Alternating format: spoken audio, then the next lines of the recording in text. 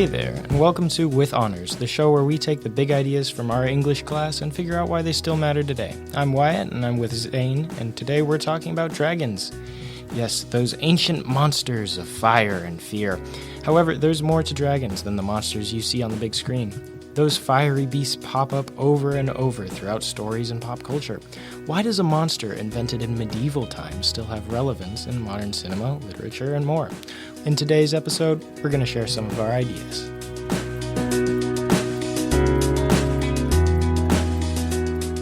I also have a sound pad. So I'm going to have, Wyatt saying something like, "Oh yeah." And that's going to be sound number one, something like that. That's crazy. Let's go. So then in a later episode, whenever somebody makes a good point, I just have to hit A. Oh yeah. We need like a code for it. Can actually one of you go get the door for him? Thank you. No, it's Coach Haston. I like that he was looking. That's all right. That's all right, man. I know what you need. I'm going to go to Circle K. You want a hot dog or a drink? I'm good. Thank you. Sure. Yeah, let's go. I'm good. Thank you, though. I don't want anything. Yeah.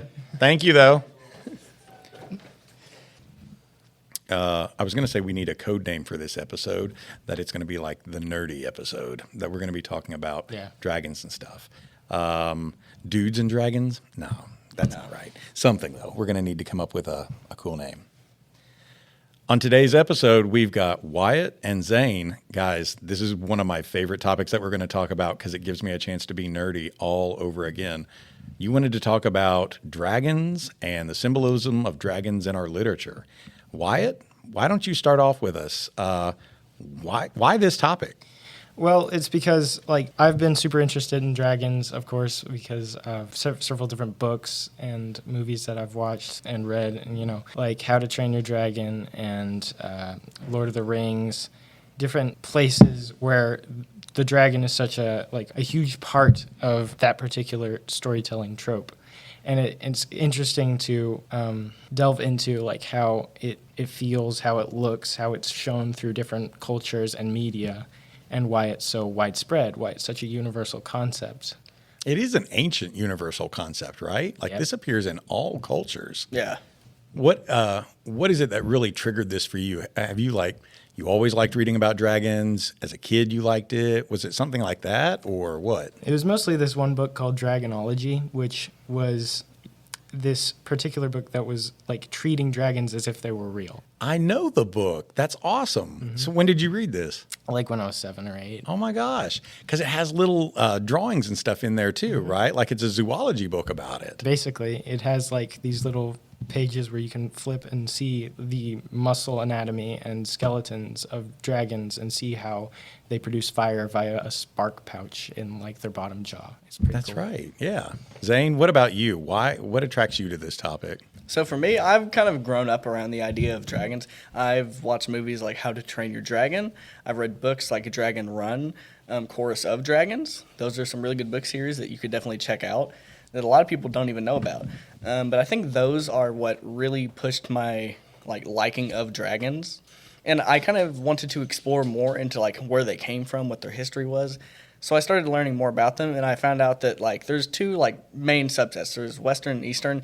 Eastern are more good, benevolent beings, but with Western, it's more of a depiction of fear, a depiction of greed, a depiction of horror, something that you're meant to overcome, but that you're scared of at the beginning.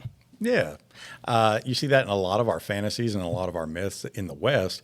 The dragons are going to be terrors. They're going to be savage. They're going to be killers. They're a threat that the knight or whoever has to end. But in Eastern mythologies, there's still a power to be reckoned with, right? They're mm-hmm. something that you should be afraid of, but they're also benevolent. They're wise, sometimes unknowable, spirit-like, right? It's like reverency. What? Say that again. Reverency. What do you mean by that? In Chinese mythology, especially, the dragons are a source of not pain, not misery. They're not monsters. They're something that you would worship. Worship, yeah. You've also just reminded me of another good example of a dragon/not dragon in Avatar: The Last Airbender. Have you ever seen the cartoon? Mm-hmm. Uncle Iroh is my favorite character at all. But you find out that in his previous career, he was so powerful, they called him the Dragon of the West, right? He was a highly esteemed general. He was an honorable man, and he had earned the title Dragon of the West. And even at the end of Avatar, the series, you find the two dragons, right? Of almost like the yin and yang, the good and evil, the wrath and peace. Uncle Iroh, he's a great example of a benevolent but terrifying dragon too. I also wanted to say that it's not impossible for those Eastern depictions to be malevolent, like evil. For example, Godzilla, his main enemy, his overarching villain is King Ghidorah, which is a three-headed dragon that shoots lightning out of its mouth. And my favorite Godzilla enemy is King Ghidorah. That's true. And also with Western media, it's more fire is the main elemental aspect of the dragons.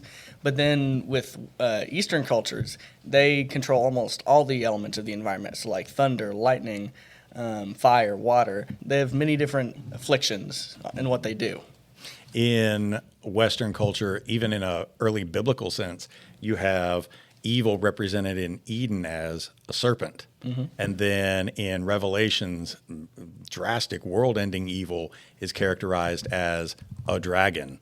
So for much of Christian Europe and the Western culture that it settled, you have dragons characterized as the uber face of evil. So Wyatt, why don't you talk to us about your first example? What are some literary dragon references we should consider?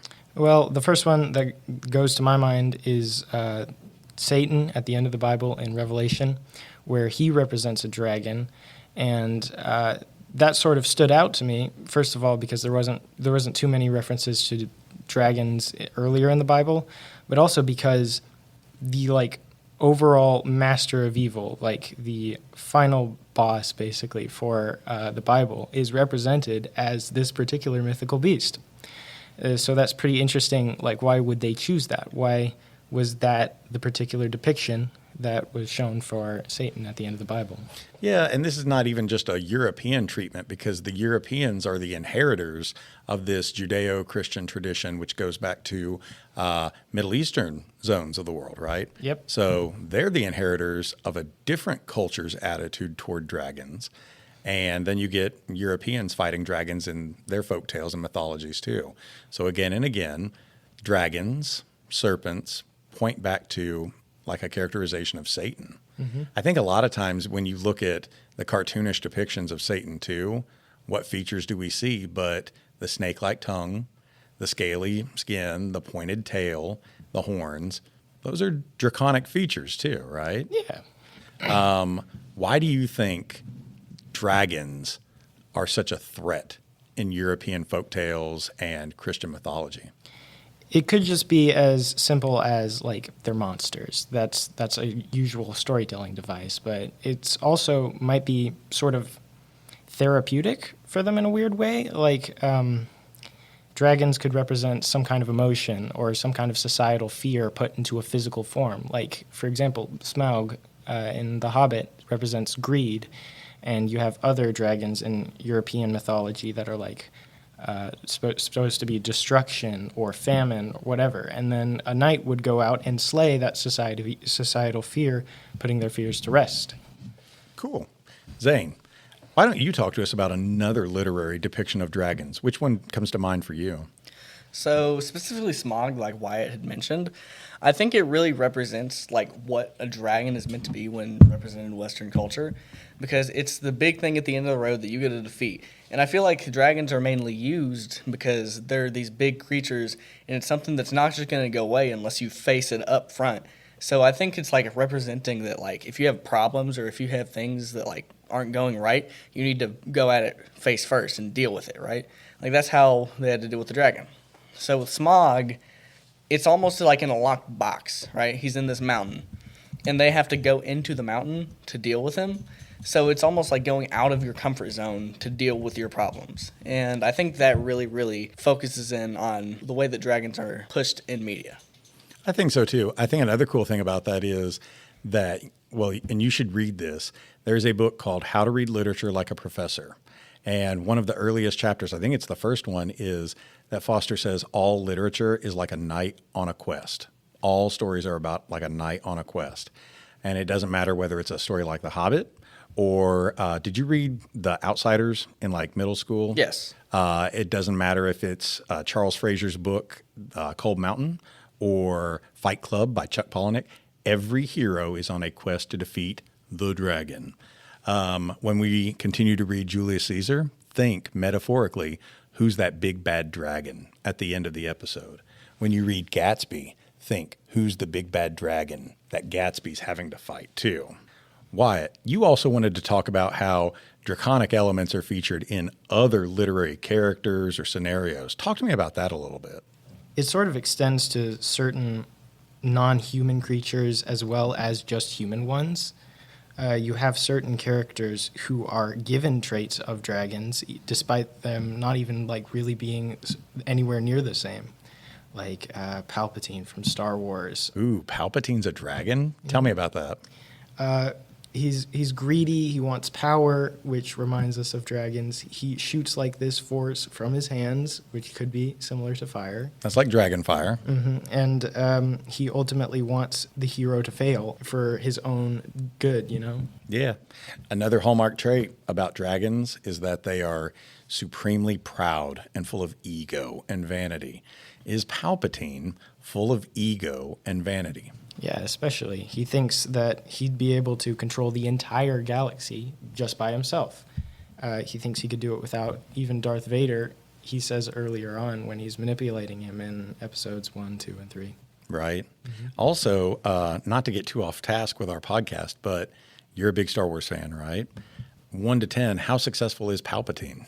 Like in the history of Sith, 1 to 10, how successful is Palpatine? Like a 7?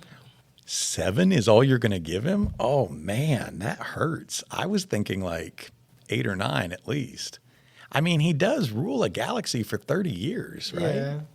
What are you only giving him a 7 for? I don't know, because maybe it's just because of the sequels. Like, I don't know. They picked the villain who had been sort of exploded twice as the returning villain, which was okay. So dumb. We'll forget the sequels. That they don't exist. Do you know I've not even watched episode 9? I watched episode 7, and I thought, it's what I expected. I watched 8, and I was so let down by Rian Johnson's work. I thought, oh, I hate this. I got excited because I like Palpatine. He's one of my favorite characters in Star Wars. And when I heard his voice say, blah, blah, blah, I was excited like, oh, man. But I wouldn't even watch episode 9. Do you think I should? No, Definitely not. I'm happier not knowing. You're saving yourself 2.5 hours, a long 2.5 hours. Can you think of other literary characters who have draconic features who are not literally dragons?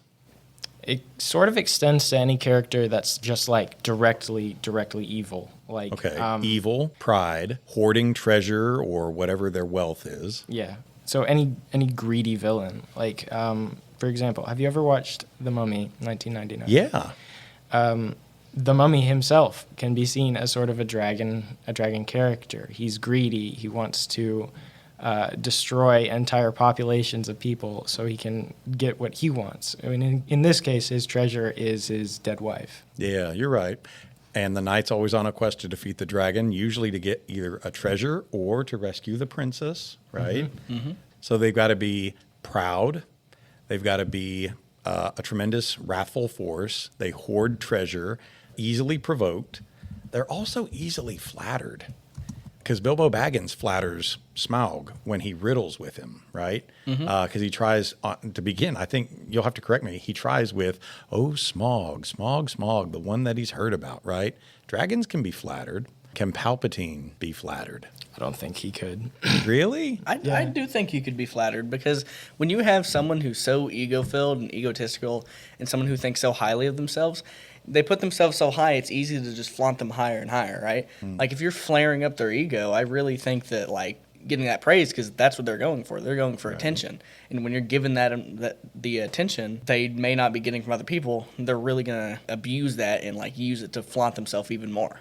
You just made me think, if we're turning it back to The Hobbit, Smaug only appears in Hobbit, but then Tolkien comes out with his Lord of the Rings trilogy years later, And that's so much more a widely known one. I feel like that's the epic work that he produced. There's a tethered point in there that Smaug was something that Sauron might have wanted to leash as a weapon in his war against Middle-earth. Mm-hmm. And imagine if Sauron had had a weapon like the dragon.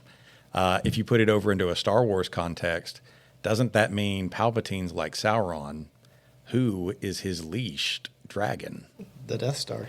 The Death Star. Oh my gosh, that's a great idea because it breathes fire and destroys Alderaan. Yeah. I was even thinking Vader, that's his dragon that's going to go get things. But that's a pretty good one too, the Death Star. Well, I mean, I feel like Vader, even though like he would have been a good dragon, I also feel like he does still have some feelings. But with the Death Star, it doesn't have like feelings for whatever it's destroying. It just destroys. And I feel like dragons, they aren't going to have feelings for you when they're burning you to death. Can Vader be flattered? Yeah. Yeah. How does he get flattered, or in what ways? Maybe not directly flattered, but sort of like he wanes. He's not set on his goal. He's only mostly robotic, not fully. He still has that human retention in him, which is what eventually comes up later in episode 6 with Luke saying, I still believe there's good in you. To add on to that, in the Star Wars Tales series, there's a scene where the stormtroopers actually find Vader's personal diary mentioning his birthday, and they secretly decide to wish him a happy birthday. And when they do this, even though like the most feared Sith Lord, they still say this, and Vader really does appreciate it, even though he feels somewhat sad because nobody remembers his birthday. So like I feel like that's why the Death Star would be a better dragon, because Vader definitely has weaknesses and feelings. Whereas with dragons, it's hard to find a weakness in many stories. You just have to blunt force straight into it. Nobody remembered Vader's birthday? No. And that hurt him? Mm-hmm. Vader has feelings. Yeah. So canonically, when is Vader's birthday? What are we looking at here? That's a good question. I found the birthday, by the way. What is it? 41 BBY. That's all it says. 40. He's 41 years old by the Battle of Yavin. Yep. I'm older than Vader. And as a kid, watching him when he has the mask off and you've got Sebastian Shaw's head and he's like, you already have. Like, he looks so old. Yep. And Yeah. now I feel, wow, I'm 4 years older than that. I feel great. Yeah. Let me ask you, have you ever known, and you don't have to give real names, have you ever known people who are like dragons? Not in real life. No, you've never met a dragon? I do think I've known some people like that. People who were completely persistent in being greedy, rude, and mean, and someone who consistently tries to provoke fear into others. I've definitely met people like that, but they're few and far between. Okay. There's many people that have traits, but you can't consider them a dragon because they aren't that bad. Many people have redeeming factors that you can't just like call them bad because they have one or two bad things, because people are people and we all have good traits too.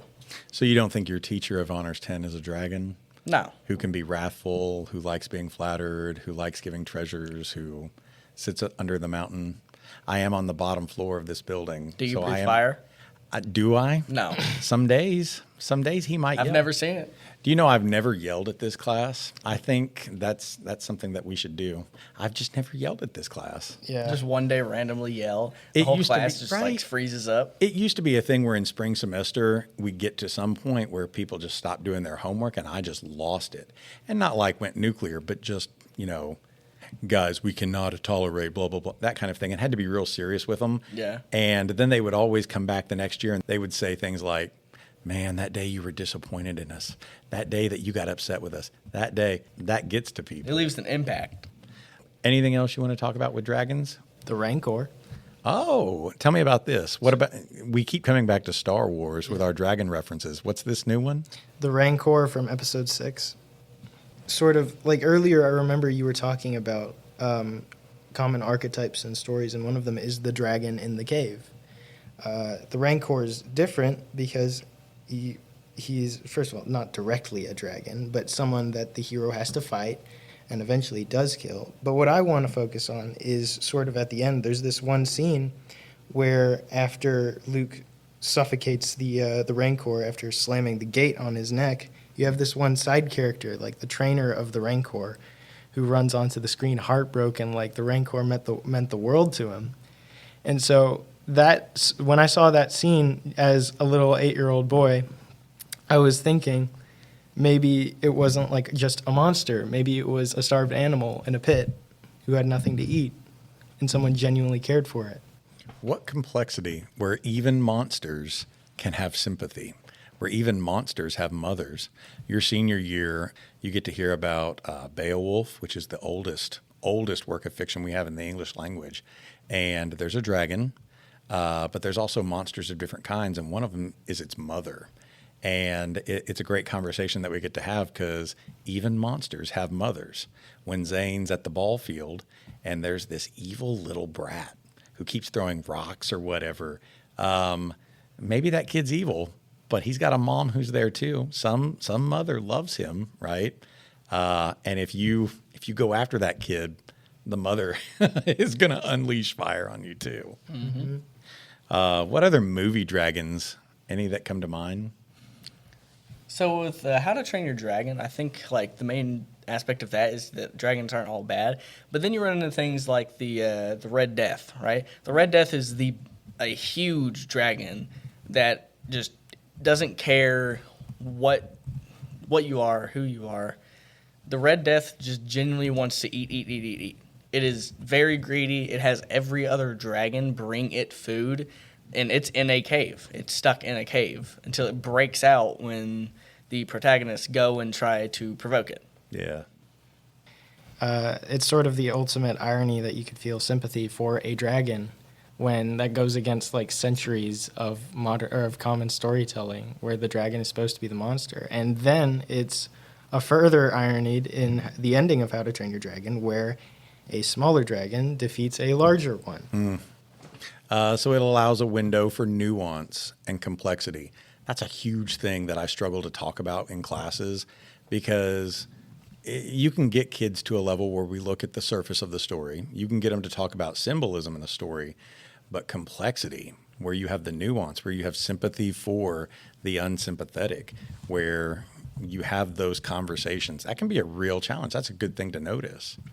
I've got 3 dragon angles that I want to talk to you about real quick. One of the first ones for me, Dungeons and Dragons. Mm-hmm.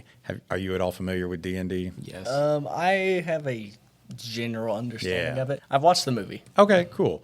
When I was in middle school, a friend introduced me to it, and I'd heard of it, I guess, before, but I didn't know anything about it, and I fell in love with it. He gave me a copy of his player's handbook, and I just fell in love with it because it gives you a chance to play a game in a universe where there might be dragons, right? And treasures and things to find. In high school, my freshman year, I happened upon this book in our library called Dragons of Autumn Twilight.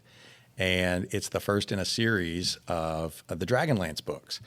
And it and another one called The Legend of Huma, holy cow, got me hooked as a reader of dragons. And then getting to create my own stories in D&D about dragons. 2 is a movie. It's got Matthew McConaughey, Christian Bale. It's called Reign of Fire. Have you ever seen this? I haven't. No. I've heard of it. But Okay, that's you it. need to put it on your watch list. Reign of Fire happens in modern-day England. They're digging a tunnel for a subway, and they unearth something that roars up from the belly of the earth and starts laying waste. And then it shows gradually over the years, it's a dragon, and dragons are real, and they've just been dormant. And this dragon breeds new dragons, and they all just basically set the world on fire to where the inhabitants, the survivors, have to hold out in a castle in England and become dragon fighters. And the funny part is they are so besieged at one point, and they see something flying in, and it's helicopters with tanks. And they airdrop them in, and who is it? It's the Americans. And they've come here packing their weapons, and it's Matthew McConaughey who's like, I'm here to kill your dragon. But he's also not such a great guy in this. It's a great movie. Mm-hmm. Your third one is The Great Gatsby, which you guys are in the mode of starting to read. This is a challenge for you because we're going to talk about it after spring break.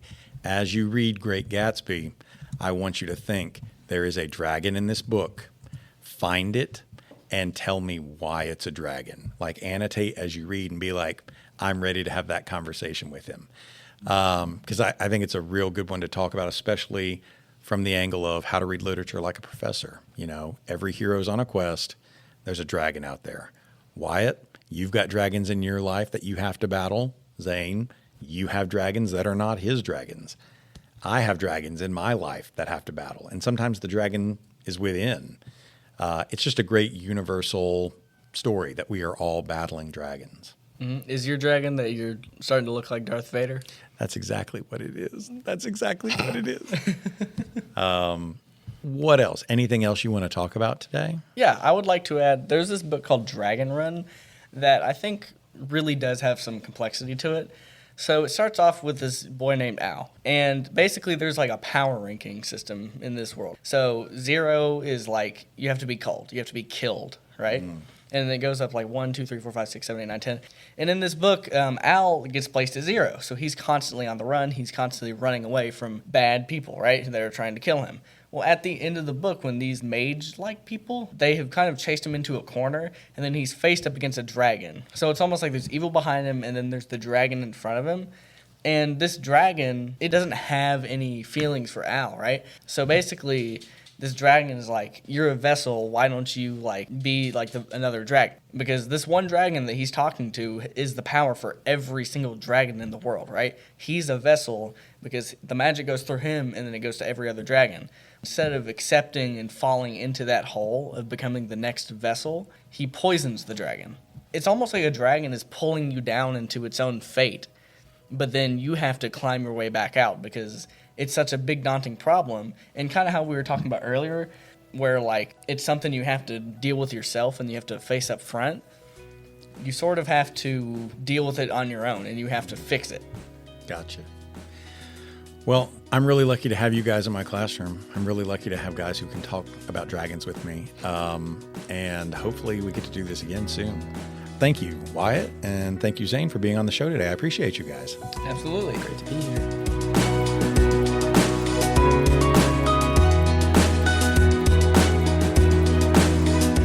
And that's a wrap for today's episode of With Honors. We hope our conversation made you think a little bit differently about dragons and maybe even the way we view pop culture in general. Big thanks to my co-hosts Wyatt and Jason Crockett for their insights, and to you for listening.